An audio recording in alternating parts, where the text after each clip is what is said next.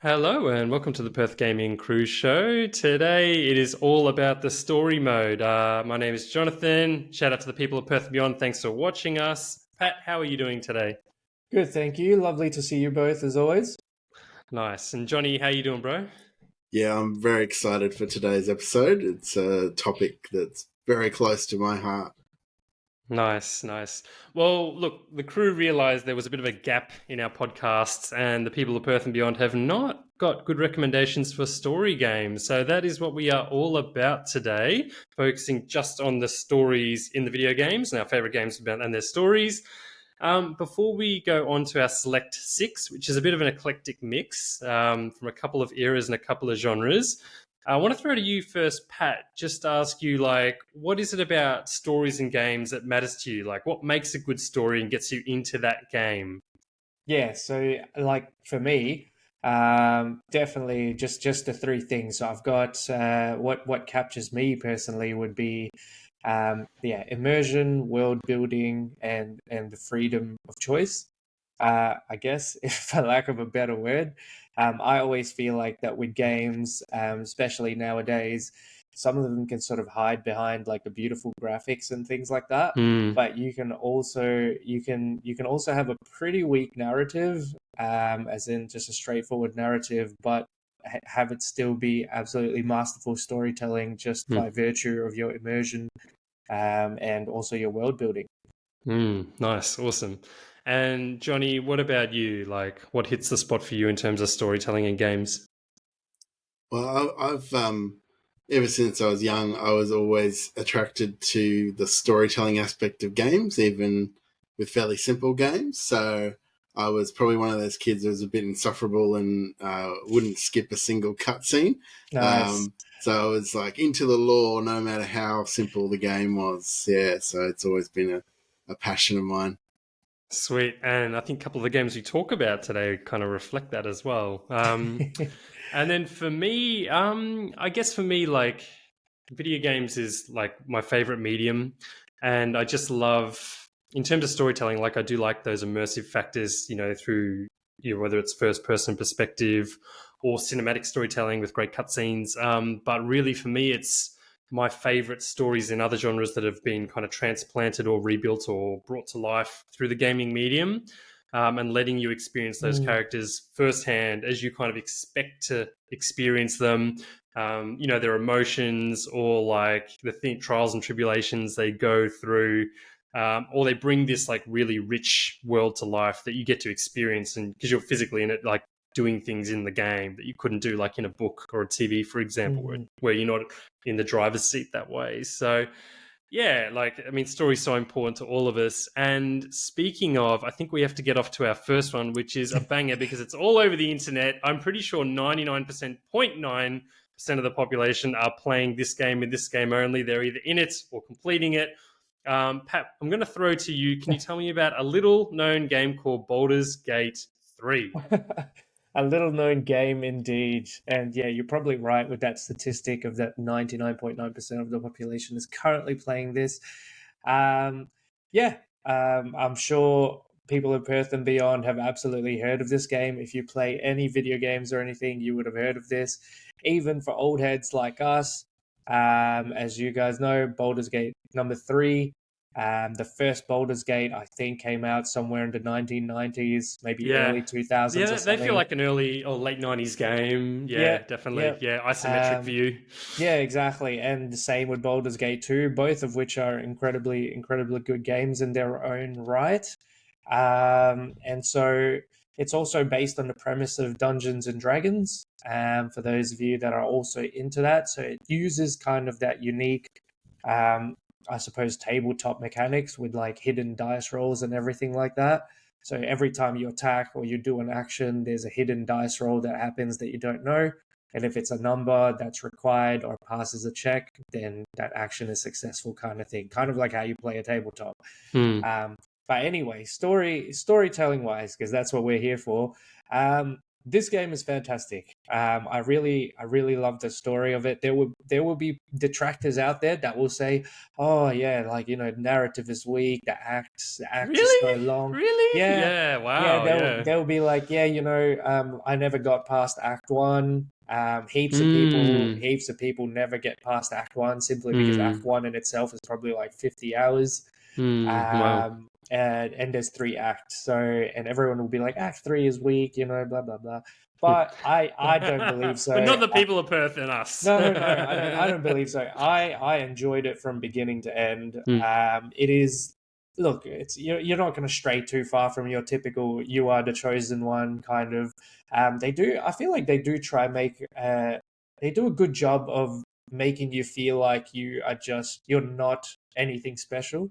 Like you Okay. just so happen to be at the right place at the right time, and your character is just a normal person trying to go about their day, but you keep getting pulled into this just overarching story, Hmm. I guess, where you have to defeat the big bad and save the world because it is a fantasy RPG, and that's what fantasy RPGs do.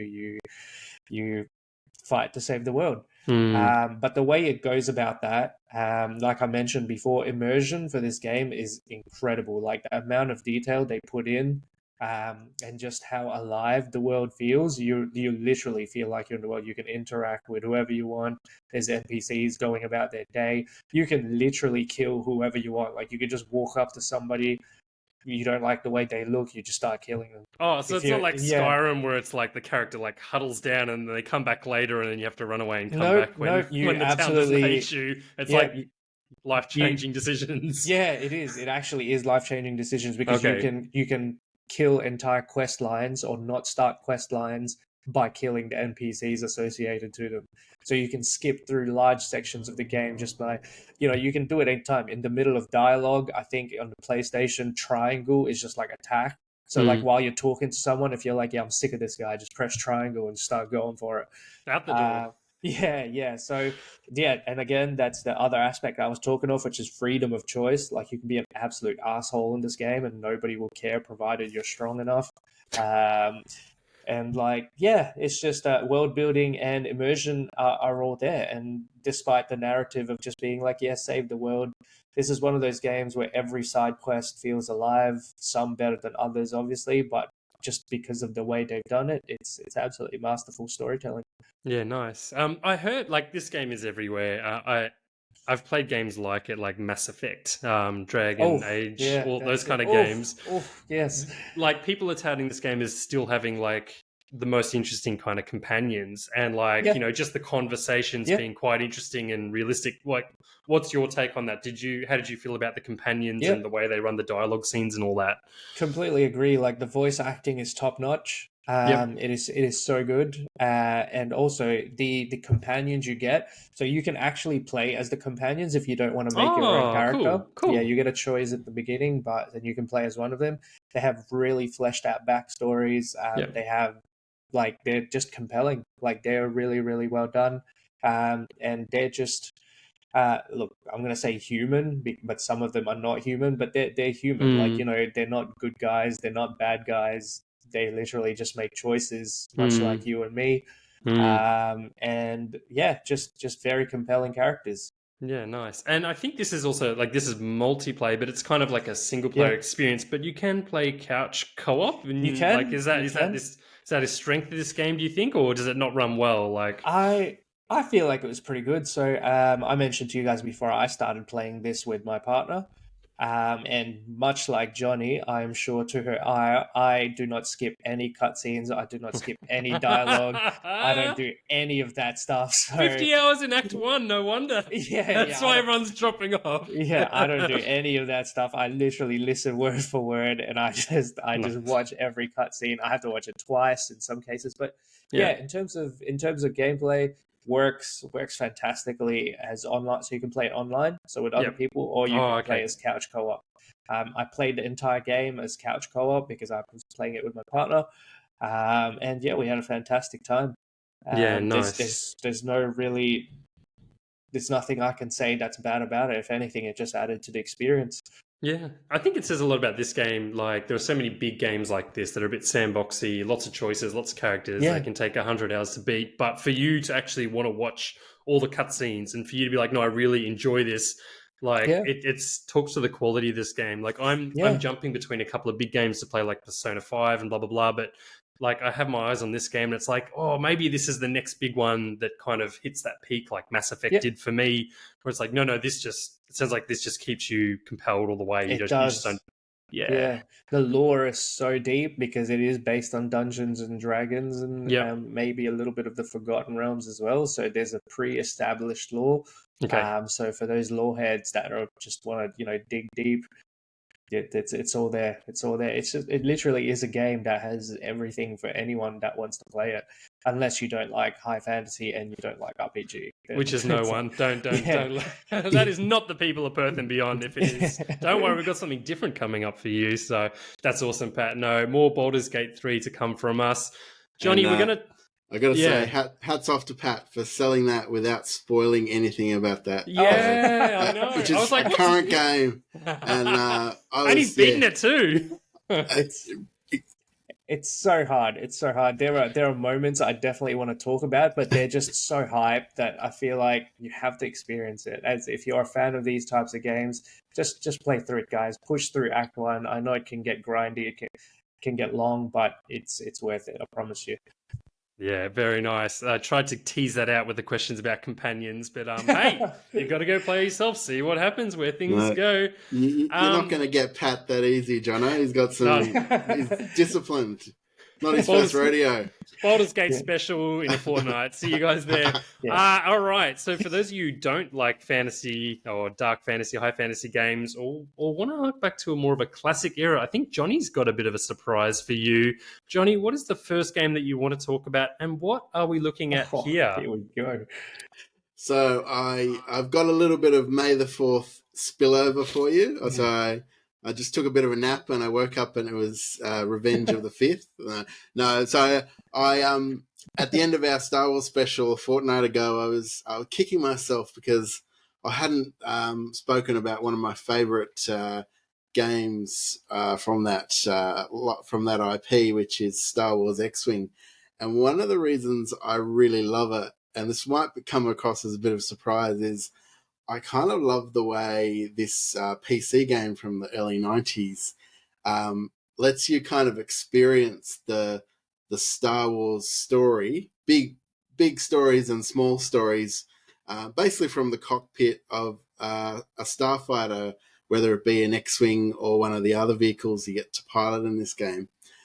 And so the game's story mode is organized into tours of duty, where you're kind of take the position of your average starfighter pilot in the rebellion, and it's kind of all taking place. Kind of starts a little bit before episode 4, and then kind of continues through. It's kind of like fill in the gaps kind of storytelling.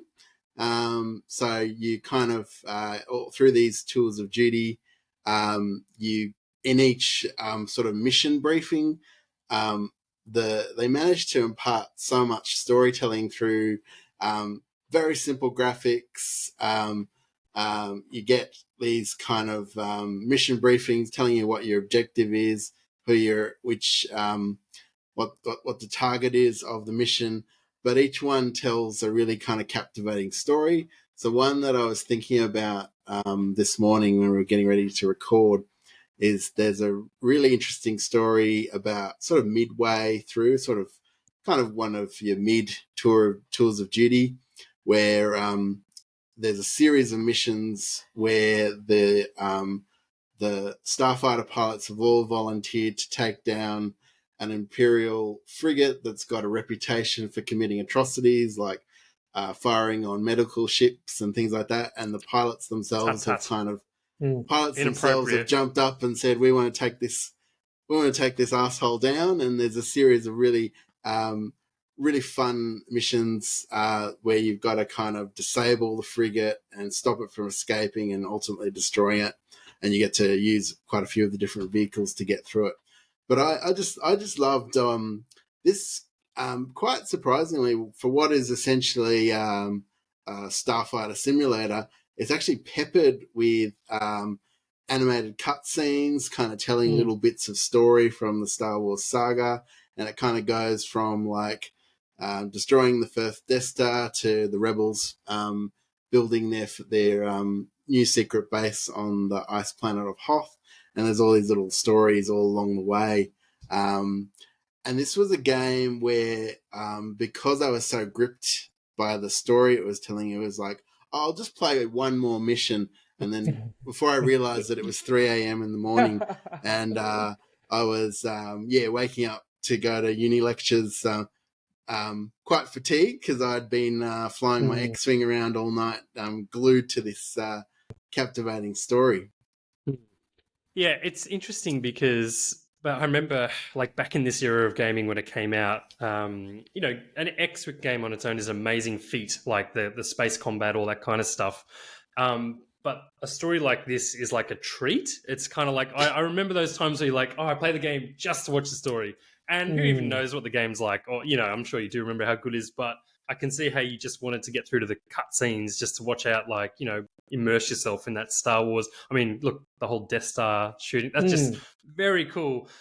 Johnny, my question for you is this a game that only like nostalgic gamers can play because they have that experience of like, this is when cutscenes first started coming out and looked like really detailed on PC? Or can like a modern Star Wars fan go back and go, oh, I think I can actually genuinely go back and play or watch this, because graphically it looks clean to me. It looks interesting enough. Yeah. Yeah, I kind of think this is like a really important title because I think this is actually like one of the might have been the first game when LucasArts kind of finally really started to produce games in using the Star Wars license. You probably got, like, in more modern times, you've got much smoother like gameplay and graphical experiences for this kind of thing, but this is kind of like the archetype.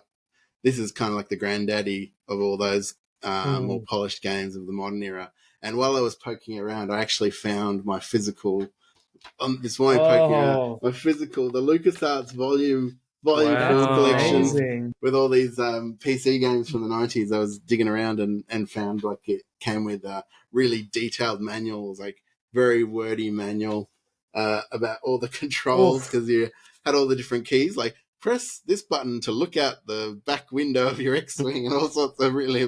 They put a lot of detail. Don't know. It doesn't tell you in the game, or often you're like, what's the guide tell me how to do this? Yeah. Oh, so very cool. It's a bit of a gem. I do think it's a bit of a gem. It's worth checking out even for a little bit just to know the kind of roots of the Starfighter similar genre. So yeah, had to sneak it in as a bit of a May the 4th postscript today. Yeah, that's awesome. No, that's really cool, Johnny. Love it. Like, you just don't see that coming from like space dogfighting Star Wars game. Like, this is the one you would pick. That's great.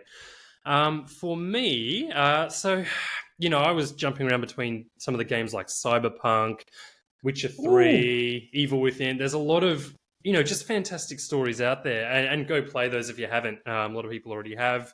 But one that I love the most is mostly because it's a story that does what I was speaking about earlier. It brings one of my favorite kind of franchises to like the gaming like experience, and it does it perfectly. It executes it with absolute perfection. So this game is called Transformers Fall of Cybertron.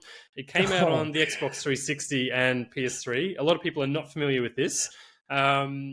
A lot of people are kind of more aware of the Michael Bay movies or the Bumblebee kids, like super kids cartoon stuff that comes out these days. But for me, this was peak Transformers and peak Transformers game. So it's a third-person action game. You play as a variety of Transformers. But I love this game for three reasons. So first of all, the setting is with the Transformers. Backstory is you have the Autobots, Decepticons, who are transform like their robots to change into vehicles, and there's a civil war on their home planet of Cybertron. And with the original like cartoon and even the movie, we see it more focused around Earth. So this focuses on the departure of the Autobots at the peak of that civil war. So the setting is just perfect, and the very first level has that really cinematic, immersive storytelling. When we saw this kind of cinematic, immersive storytelling, like really peak at the HD era of like PS3, Xbox, PC, Xbox 360, PC. So, for example, in the first level, you play as Bumblebee, and you get your ship. You're on the Ark. You're leaving the planet, and it's actually the end of the story, and you go backwards, but it's the end, and your ship gets attacked by Megatron, and you get smashed and fall over, and you know your vision's blurry, and it does that whole thing to immerse you in the game in the sense of like look up to like calibrate your mouse, look to the right while Bumblebee's trying to regain his senses, so it sucks you in. And then in the space of that level, that first level, you are running around seeing like Autobots getting slaughtered by iconic Decepticon characters like Soundwave, Bruticus, who's like a combiner, Transformer. And then you drive at like top speed across the top of the ship with missiles flying around. And then you end up literally, I mean, spoiler alert, I have to say it, turn off if you don't want to hear it, but, you know, it's, yeah, he obviously doesn't die in the future, Bumblebee, but jumps in front of like Megatron shooting Optimus Prime, and you don't know if he's dead or not at that phase, and that's the end of the first level, and then it just ratchets up from there. There's really this like really big sense of like emergency, being desperate, like this refugee story leaving the planet. It's just so cool. Like for Transformers, where you think there's not going to be deep storytelling, and it's not gonna get you thinking about like, you know, the human race and philosophy of whatever. But it for me, it's like the ultimate G1 storytelling. Second thing I love about it is that you get to play as a variety of the Transformers, and there's a deeper kind of, you see like a depth to their characters. So Grimlock, who you see there, who is like the T-Rex, and he's like the big dumb T-Rex Transformer in the old cartoons. In this, you play him when he's being captured and the other Dinobots are being captured before they become Dinobots, and they've been tortured and abused and mutilated into these Dinobot kind of characters, which they actually obviously don't want, by a villain called Shockwave. And he can't speak properly because that surgical procedures led to him not being able to speak properly. So he's really frustrated and angry, which feeds into his character. And in that level, the whole level is based around you escaping and freeing the other Dinobots one by one. And one of them, who actually lives in the canon TV series, is dead. So you're like, oh, what are you doing? This is getting really dark. Like, I'm not ready for this. Like, and you just get more angry and you get more into the character of like wanting to wreak havoc as Grimlock in the level. Yeah, so it's just so cool. Like it really is like, I always wanted a really good Transformers game. I've played games for many, many years since the 90s, the early 90s. So when this game came out, it was like, this is the game I always wanted, and it was created. The story isn't going to compete with some of the depth of storytelling games like Mass Effect, which I love. But for me and my love for this franchise, this is absolute peak. And the tragedy of this game is that Blizzard Activision no longer has a license to produce this game. So it's on the online stores, but it's delisted. So if you've got a physical copy and a PS3 or an Xbox, you can play it. But those copies which I have are not backwards compatible, it's a weird era to be in. And unfortunately, also the studio that created this game got sent in to make Call of Duty because it just didn't sell well enough compared to Call of Duty. So I'll try not to harp on more. Guys, are you Transformers fans at all? Do you know about these games? Yeah, definitely. And it's very sad to hear this one's in that license limbo zone. Yeah. Yep, absolutely. I thought that was delisted. That's crazy. Yeah, it's on the shops, but it says it's not available to purchase. Yeah, so you have to have a physical copy and play it on the old consoles. Yeah, but onto something, look, a little less depressing. This is Pat's next pick. I don't know about a little less depressing. Yeah, I was going to say, I don't know about fully depressing. Less depressing. Yeah. This is The Last of Us Part 1. Yeah. But Pat, take it to town. You know what this is, brother. Yep. So I just want to preface by saying basically this was such a hard choice, and I feel like we need a part 2, part 3, part 4, because just video games have some of the best storytelling ever made in any media. Mm-hmm.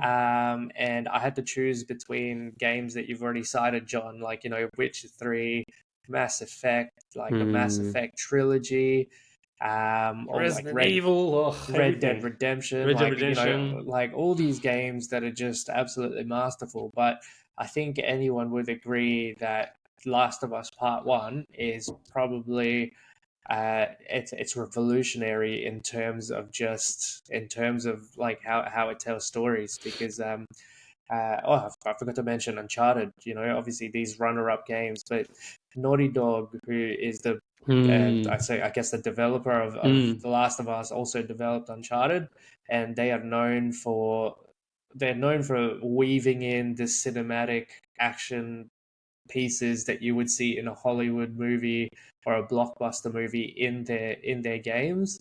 So like that's some of the best parts of The Last of Us, if you've ever played it, is these action pieces where they're quick time events while things are happening on the screen, but you're sort of watching it unfold. So it'll be like, Joel and Ellie running and trying not to die. You'll just have to press triangle at the right time so they jump over a cliff, like, that broken pieces and things like that. So it's kind of like reactionary, but they mold that in so well with just immersion of the game. Like you're walking around a ravaged, I forget what city, pardon me, that they're running around in, but yeah, just the way they showed like apocalyptic sense of that city, where like animals are flourishing, there's greens everywhere, people are just crazy, like there's no one you can trust around you, everybody's in these little safe zones. And yeah, the end goal is obviously, I don't know if this is with spoilers, but you'll find us out within like 20 minutes of playing the game, but you find out that Ellie is immune, and that's why she's such precious cargo. Oh, and for those that haven't played, my apologies. The game starts out with some type of virus outbreak, and the world just goes to shit from there. And then you find out that Ellie, that little girl companion you've got, is immune. So you're pretty much making choices as to whether to bring her to the right people or just get her to a safe zone kind of thing. And yeah, blends stealth gameplay, action, just beautiful. Oh, and just modern graphics. Like it's absolutely beautiful Stunning graphics. looking game. Yeah, Remastered. and it goes to its credit that it got made into a TV show. Simply because it was so very easily adaptable because of such masterful storytelling, that it was just so easy to adapt it into another form of media, and have that also be universally beloved. Yeah, nice. I know that you play as like Ellie and Joel. I've not played this. Yeah. I really wish I could play this game. I've got an Xbox Series X, and this is the kind of game that sells PlayStations crazy. I think it's out. I think ever since the TV show, they released it for. It's on PC. Like wide. Oh, it's coming it's on on PC. Yeah, they ain't got to put this on Xbox yet. I know it's on PC, but it's not on Xbox yet. I didn't know that. They're not going to do that yet. Shit. Console wars be alive. But my question for you is, in this game you get to play as Ellie in particular, and she's a kid. I don't know how old she's a teenager. Like, how did that affect how you experience the story, Pat? Because you don't see that in these kind of games, particularly when it's so violent and dark, and it can be a difficult thing to balance. Like, I feel like there's only a section of the game in the first one. In the first one, there's only a section of the game that you really play as Ellie, but for the maybe 90% of it, you play as Joel. Okay. But that's kind of like Resident Evil 4, where you get Ashley and Leon. Yeah, okay. I have to stress that I'm talking about part 1 here. We don't talk about part 2, guys. That's for part 2. We don't talk about Last of Us part 2. It goes full dark. It never happened. No, it just never happened. We don't talk about Last of Us part 2. Fair enough. Anytime we talk about Last of Us, it's always part 1. Let's not trigger bad. Let's not trigger bad. Exactly. But Ellie is introduced as someone, even though she's a teen, she's incredibly mature. Part of the gameplay of this game is that she's obviously got different skills to Joel. She's not as strong, but she, sort of, she's a bit more agile, a bit more stealthy kind of thing. But you don't really get to play as her as much in the first game. But otherwise, it's she's a good lead. She's a good lead. She obviously goes through a trauma and goes through a thing, so you feel empathy towards it throughout the whole thing. And the voice acting is just absolutely fantastic. So you really feel connected to them, and it just sort of adds to that immersion. Yeah, super cool. Super jealous. Wish I could play it. And yeah, the TV series, like Pat mentioned, is out there. So go watch it, People of Perth and beyond. Johnny, going to throw to you for your last game for the episode. It's a super modern one that's just recently come out. No, Johnny. So Johnny, you got to tell us, what are we looking at here? Oh shit! And this was the bomb back in the day. Particularly Still when is. still is, but particularly when I was in the intense throngs of my obsession with ninjas, because this game starts with possibly one of the most epic opening scenes of all time, with ninjas jumping into the air with katana blades, and two go up, but only one come down. Only one comes down. But yeah, no. So back in the very early 90s, when we in Australia finally got Ninja Gaiden, or Shadow Warriors as it was known, when it released here, we got to experience Ryu Hayabusa's first adventure in the USA, where after receiving a mysterious letter explaining that his father has died, he's got to go to the US and uncover kind of intriguing mystery. And this game is punctuated by fantastic animated cutscenes and sort of almost like comic book or anime style panels, as this very kind of layered story unravels, and you go from being abducted by the CIA to having to foil the plot of a sort of maniacal fiend who wants to resurrect a demon lord from ancient times. And so you have these cutscenes which punctuate the brutally difficult gameplay of this classic from the NES days. And I was just gripped to it. Like I just wanted to play through every level, and I would, especially some of those really difficult later levels where you die a lot and you often have to restart a whole section. It was probably the storyline and cutscenes that kept me going back to like persevere with some very at times quite cheap deaths with Ninja Gaiden, which is it's kind of known for. But it's definitely one of my favorite games on the NES, and particularly for its very impressive storytelling for what's like an fairly early period of gaming. Like story, probably in a lot of games in this era, story wasn't a major focus. It was, games tended to be a bit more simple, but this game definitely went above and beyond in terms of the storytelling. I was going to say, I wouldn't have thought that it had such deep lore. I didn't. Because when you think of Ninja Gaiden, it's literally just like, run from left to right kind of thing, brutally hard levels. I didn't think it had such a rich story. This is actually the first time I'm seeing this cutscene, so that's kind of crazy. And I've played Ninja Gaiden. I must have just skipped that when I was a kid, just like press start or something. Straight to the gameplay. That's exactly, for our gameplay video. exactly. Crap story games. But it's actually so cool. So like these are the types of things I think that you just, like, for me anyway, you just start like appreciating in your adult life, where you're just like, oh yeah, like that's cool. Yeah, that's wicked. And with the NES, like, it was so underpowered. Like, this is probably the best looking game, I think. Like, the game itself looked good, but the cutscenes, I don't know how much memory they would have taken up on the NES, how much processing power.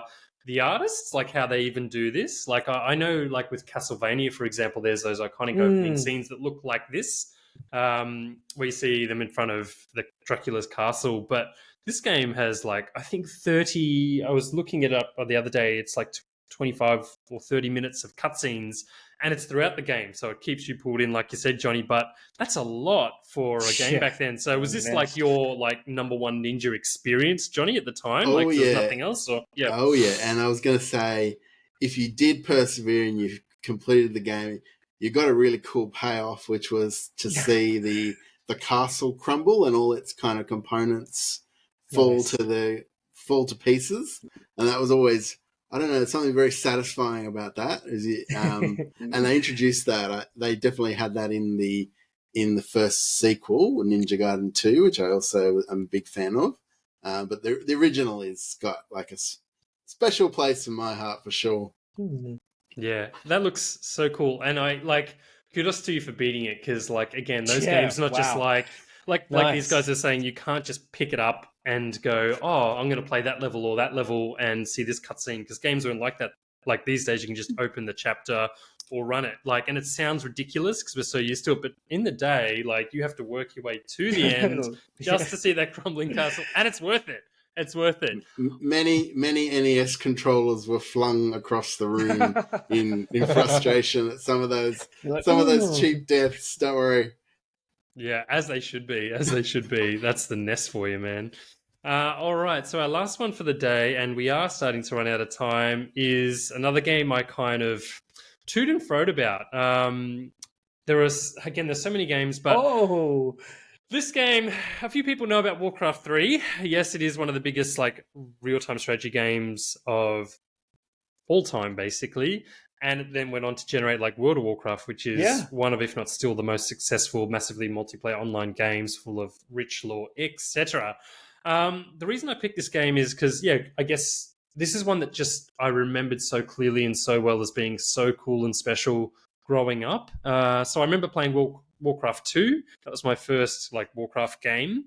And those games, like Blizzard, all the Blizzard games like StarCraft, Diablo, Warcraft, have quite really rich, interesting lore about them. They're not just like straightforward RTSs with generic creatures and units. But Warcraft 3 was so exciting when it came out. Like, I remember the box, you'd open the box and have an orc or a human like Arathas the Knight on the front. And the things in terms of storytelling that I love about this game, first of all, is the cinematic storytelling that we're seeing here. So a bit like Ninja Gaiden and Star Wars, like you had the core game, but then you were rewarded with these incredible cinematics, which you still see. Like if you get like the latest Diablo game, you've got the cinematic at the start and these just absolute top tier, ahead of the game kind of cinematics that you just want to watch and you're like, I wish they made a movie of this. And then they did. And then, there's thoughts on that. But the actual Warcraft 3 story itself is very cool because it brings in new factions like the Undead kind of Legion, and it brings in like the Night Elves. And you start the game, I don't know if you guys have played Warcraft 3 before or not, but you start the game as the typical human alliance. You're the prince, Arathas, and you're there protecting the realm as you do. And Arathas, bit by bit, becomes a little bit nasty, becomes a little bit evil. He kind of has to make these difficult decisions. And, if you play it these days, you're kind of like, this doesn't look amazing. The voice acting isn't as good. But at the time, it was standout. Yeah. And you'd have like Arathas going like, no, we have to burn all the villages because they're infected. Tough luck. And the other good guys going, no, you can't do that. What the hell are you doing? And he goes on this kind of dark path where you start as the human campaign. And look, spoilers, skip ahead if you don't want to hear it, but I think it's important to talk about because it's an old game. You continue as Arathas into the next faction, which is the Undead, and he goes full transformation into the evil character because he just goes down this dark path where he becomes power hungry. He wants to fight the Burning Legion demons in his own way. He ends up killing like key characters in the franchise. Uther Lightbringer, sorry, my boy, I missed you. You were awesome in Warcraft 2. Down you are. And so it's just like, wow, this game is like, it's kind of deeper than Warcraft 2. It goes in a way you don't expect. And then you come full circle where you play as the Night Elves who go to fight Arathas and you fight the Burning Legion. And then you play as the Orcs in a different light in their own separate campaign where they're not necessarily the baddies, even though they have their own faction, but they're led by, I think it's Thrall or Durotan, like the tribal leader. Yeah. And it's just really cool. You get like an insight into their culture. Did you guys ever play Warcraft 3? Like, am I overselling this or was this story kind of cool at the time? It's absolutely very cool. I mean, I love Warcraft and its associated lore. I mean, I played Hearthstone, which is like the card game based off of Yeah. Warcraft for a fair bit. So I'm very familiar with these characters. Yeah, no, it's pretty much echo everything that you said. I remember playing Warcraft 3 as sort of a kid, and then I was like, oh my god, Arthas is so cool. He's Yeah. got a big sword, and he's kind of a paladin, and he's got his little book, and you cast your holy spells, and then you play through the campaign, and he starts becoming like a bit of a dickhead. Yeah, And he you're just does. And like, you're what the like, I don't hell? want to do this. But Yeah, I'm like, I you're don't want to controlling play him as as he Arthas. turns evil. Yeah, And you're like, exactly. And oh. yeah, one of the missions is like you friggin' have to kill Uther, or like you have Yeah. to kill Muradin Bronzebeard, who's like this really Ye- likable, cool ass dwarf. Yes. Um, He's such a good character to play yeah, with. And he's like he such a gets good you through character. so much like Yeah, hardship. And then it's like, and then you're out, you're mate. just like, yeah, press A and just click on him, and I'm just like, I don't really want to do that. You Yeah. suck, Arthur. So, like, It's- yeah, yeah, no, it's a great game. It's a great game. Very fleshed out. I mean, obviously because they started making games like World of Warcraft and stuff about it. So, Hmm. and the movie that we don't talk about. So, Yeah, absolutely. And look, I mean, it's the movie. We'll go back to that another day. But with this game, I think what's so telling about how good the story was is that they didn't make another RTS because RTSs just dropped out of popularity. All those franchises disappeared, and we've talked about that before. But it spawned World of Warcraft, like the MMO genre rose, and that was an absolute pillar in making that genre global, famous, still relevant today, 10, 20 years on, all that kind of thing, with these characters, with this lore. And they keep adding expansions to come back to this game. Yeah. So yeah, I mean, if you haven't played Warcraft 3, but you've played World of Warcraft, or you like the classic orcs, humans, elves, night elves, undead, still really cool. Really cool to go back to it. But look, that is all we have time for today. We did mention a part 2. Before we close, lads, I want to ask you both, tell me one game you're just dying to talk about that is going to make it into our part 2 episode. Pat, I'm going to start with you. If you've got 2 games, go for it. easy, Uncharted and Mass Effect. Like Oh, by far, I'm throwing it out there. Those are going to be my picks if I had to talk about two more. yeah, absolutely. Johnny, put you on the spot. Can you reach Ooh. deep and find something with a story, or do you need to think on it? Definitely. I think you can almost guarantee sometime this year you'll hear me talk about the Arkham series. Yeah. Because I'm nice. a big Batman guy, and the Arkham series, in particular Arkham Knight, does an amazing job with storytelling. So in some capacity or another, you're going to hear me talk about the Bat. Nice. But I think what I loved about today was we had such a good balance between the high fantasy, sci-fi, and we even managed to sneak in some dystopian future and ninja-based soap operas. So I think that's been a great balance today. It was a bit of a soap opera, wasn't it? Yeah. Like, it's like, oh, what did you do, my father? Yeah. Go back and play those hard levels to find out what happened to that crumbling castle. Yeah, look, for me, it'd be any of the Telltale games. I've got so many that are right up there. Walking Dead, the Batman one, love them as well. Wolfenstein games, the way they put you Dude. into the world. I know. All right, part 2. I have heaps. There. Yeah. Part 2 is on its way, People of Perth and beyond. You just have to hold your horses. That is all we have from today. Thanks so much for joining us. Check out our website. Say something on Instagram. Put a comment in there. We love you all. Thanks for watching and have a great weekend. That's all for now. Bye.